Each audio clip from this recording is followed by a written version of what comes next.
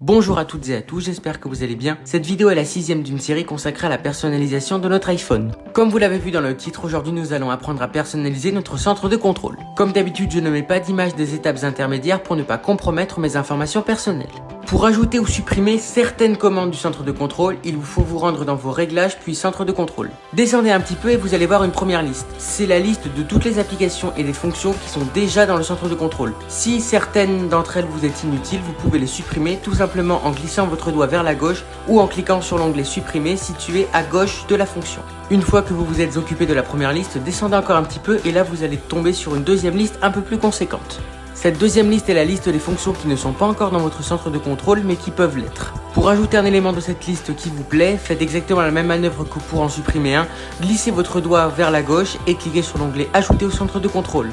Une fois que vous avez ajouté à votre centre de contrôle tous les éléments que vous désirez, vous pouvez désormais ouvrir ce dernier et vous rendre compte que les modifications ont été appliquées. Si cette vidéo vous a plu, n'hésitez pas à la liker, à la commenter, à la partager et à vous abonner. Si vous avez des suggestions, des questions ou des remarques, les commentaires sont là pour ça. Moi je vous dis à bientôt, ciao!